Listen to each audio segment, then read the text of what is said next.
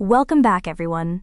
Today we're recapping Minions and Monsters, the 2026 film that follows two unlikely best friends, James and Henry, on their chaotic journey from failed henchmen to movie stars, complete with a world-eating monster, a robot in love, and one seriously ambitious Oscar dream. So let's get right into it. The film opens in modern-day Hollywood, where a tour guide named Olivia leads a group of tourists past wax figures of E.T., Keanu Reeves, and George Lucas, only for the Lucas figure to turn out to be the real man, trapped inside the glass case as a gag. Olivia then promises to show the group the two most important figures in Hollywood history, James and Henry. When nobody recognizes the names, she is stunned and sits the group down to explain how these two minions changed Hollywood and the world forever. The rest of the movie is her flashback.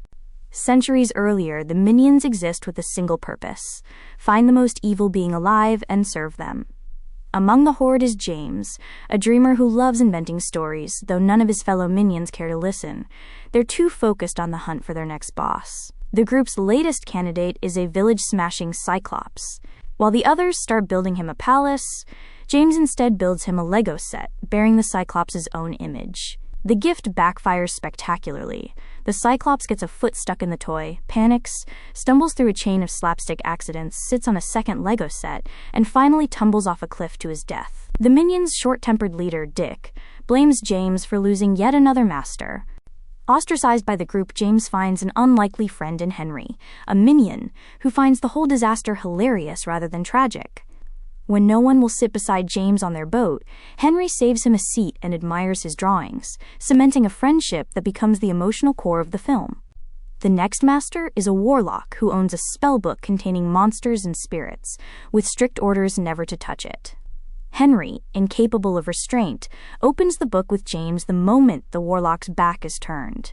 They accidentally summon a laser-eyed rabbit that torches the room and takes out the warlock himself. James and Henry manage to banish it back into the book with an undo spell, losing yet another boss, but growing closer in the process.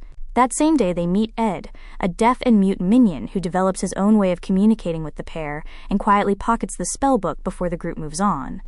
A string of masters follows and dies in absurd fashion, most notably a mummy inadvertently unraveled and killed when a minion mistakes his wrappings for toilet paper. Tensions boil over one night when Dick, furious at James and Henry for staying up giggling over James's sketches instead of sleeping, curses them out. Henry tries to retaliate. Ed intervenes to calm things down but accidentally punches Dick instead, triggering a chaotic brawl among the minions. The group spots a fleeing bandit pursued by lawmen and decides on the spot that he must be their next master. What follows is an extended slapstick chase. The minions commandeer a horse-drawn carriage, then a train, uncoupling cars to shake off police, before the bandit leaps onto an airplane and the minions cling to his legs and crash land in Los Angeles. James and Henry, still driving the runaway train, plow it into the middle of the city. Amid the destruction, Henry accidentally shears off the brakes, nearly hitting a mother and her baby before the minions manage a last-second save. The chase finally collides with a film shoot in progress. A frazzled director named Max watches his expensive set get destroyed and, terrified of losing his job, tries to think up an excuse for his bosses, twin studio producers Frank and the volatile perfectionist Elwood. To Max's shock, when the producers screen the ruined footage the next morning, Elwood declares it a masterpiece, insisting the minions made the scene better and asking when the rest of the picture will be finished. Max admits he hasn't actually hired the creatures yet and races out to track them down across the city. After the minions cause more chaos raiding food stalls and provoking angry locals, Max finally catches up with them, offers them food and safety in his car, and explains what a movie is. Henry translates the concept for James as being just like his stories, and James is instantly enchanted. Max brings the group to the studio for an audition, fighting a horde of Vikings on camera. The minions throw themselves into it with gusto. Henry rallies the troops after James asks for his help, and they win the job on the spot. The minions become overnight sensations, appearing in film after film and moving into a lavish mansion, complete with a games room.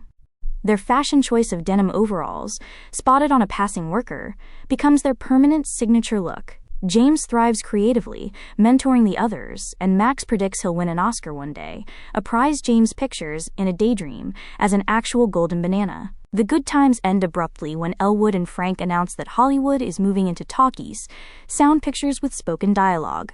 On set, Henry is cast as a hard-boiled detective seduced by a femme fatale, but he can't read his cue cards and can only manage minionese gibberish, ruining take after take. None of the minions can deliver a scripted line.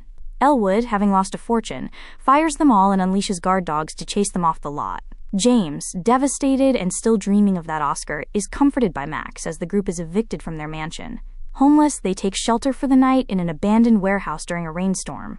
Unable to sleep, James starts sketching obsessively and by morning has conceived a new movie idea of his own, one he titles Minions and Monsters. Henry is thrilled, but Dick shuts the idea down, insisting the group's only job is to keep searching for a new evil master. He and most of the tribe set off again, taking most of the minions with him, while James, Henry, and Ed strike out on their own to make the film happen. They pitch the concept to Max, who loves it but points out they have no equipment and, more importantly, no monster to star in it. Ed remembers the spellbook he's been carrying since the warlock's death. Rather than searching for a real monster, why not summon one from the book instead? Max can't help with a monster, but gifts them the movie camera his own father once gave him, and sends them off to find their creature. Meanwhile, Dick's search for a new master leads the wandering minions to a robot calling himself Dort, who claims to have been sent from space to judge the planet and needs assistance. Mistaken for a man in a Halloween costume, he's jumped by a gang of thugs and easily beats them all up, impressing the minions enough that they beg to serve him. Dort accepts, and the group heads off with him. Back with James, Henry, and Ed, the trio perform the summoning ritual, and, instead of a terrifying creature, get a small, squeaky, toy-like monster who introduces himself as Gummy. Rather than being frightening, Gummy is friendly and offers to help James find a proper monster for the picture, becoming the group's guide. Dort, meanwhile, brings his new minion followers to his apartment, secretly a disguised spaceship, and introduces them to his unbothered roommate Floyd before stepping away to radio his home planet. On the journey with Gummy, James's group rescues a baby otter from a shark, with Gummy's ear-splitting scream scaring the predator away. Elsewhere, Dort emerges from his call with orders to officially invade Earth, but the invasion stalls almost immediately when he meets a passionate women's rights activist named Debbie at a rally. The two share a spark, and Dort abruptly postpones his conquest of the planet to follow her, with the minions trailing along. James's group presses on through a blizzard and discovers two monsters, Howard and Phillips, frozen solid in a cave. Gummy frees them, but the pair immediately announce plans to destroy the world and eat a minion for good measure. Gummy talks them down, falsely, claiming their real job is simply to star in James's film, secretly signaling to the monsters that this is all a ruse. Henry senses something is off and tries to warn James, but James, consumed by his dream of finally making his movie, brushes off the warning and leads everyone back toward the studio, with Ed filming the whole journey. Back at the studio, Gummy pulls James away while quietly meeting with Howard and Phillips, revealing his true agenda. He hasn't changed at all, and he intends to use the film shoot as cover to unleash Irene, an ancient, world-devouring monster from the book, in revenge against the world. Henry overhears the plot before he can warn James and is captured by the monsters. When James comes looking for his missing friend, the monsters lie and claim Henry was never there. Gummy summons Irene from the book, and the group works through the night preparing an elaborate set for her debut scene. He then convinces James that having Irene devour a person on camera in her first appearance will make for a terrifying, unforgettable opening shot, and volunteers the bound and gagged Henry as the victim, with James's unwitting approval. As cameras roll, Irene bursts from the book and Gummy orders her to eat Henry and then destroy the world. Henry breaks free just in time and bolts, screaming for James's help. James, now realizing the trap, begs Gummy to call Irene off, but Gummy reveals he's been waiting for this revenge for a very long time. Irene rampages through Los Angeles chasing Henry, with James pursuing on a hijacked carriage. Across town, Dort and Debbie are enjoying a quiet moment in a park with the rest of the minions and are about to kiss when they spot Irene's destruction. Dick begs Dort to fight her, and Debbie encourages him too, but a nervous Dort flees instead, shocking everyone.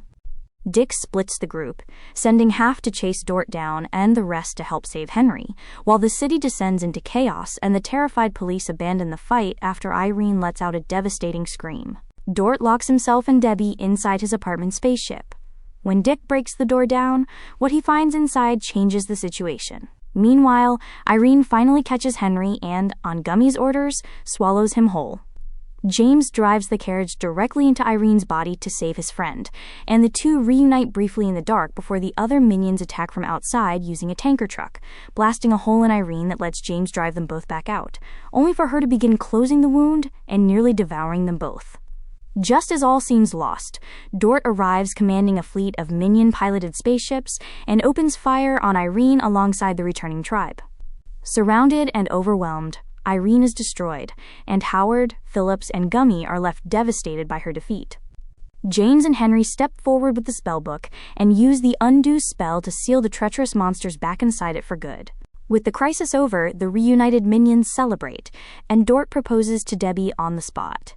Crucially, Ed had been filming the entire battle from start to finish, meaning James finally has the real footage for his movie, Minions and Monsters. The finished film is released to the world to massive acclaim, and James wins the Oscar for Best Picture, celebrated by the whole gang, including the newly married Dort and Debbie with their newborn child. The story closes on a twist. This triumphant tale is itself the plot of the next film James is already making, with all his old friends, Gummy included, now redeemed and reunited with the group, signed on to star. Back in the present, Olivia wraps up her tour, having finally shown her guests why James and Henry deserve their place in Hollywood history. And that's the recap of Minions and Monsters, 2026. From James and Henry losing master after master, to crashing Hollywood, to that wild finale with Irene. What a ride. Let me know in the comments what your favorite part was, and if you enjoyed this breakdown, smash that like button and subscribe for more recaps just like this one. I'll catch you in the next video.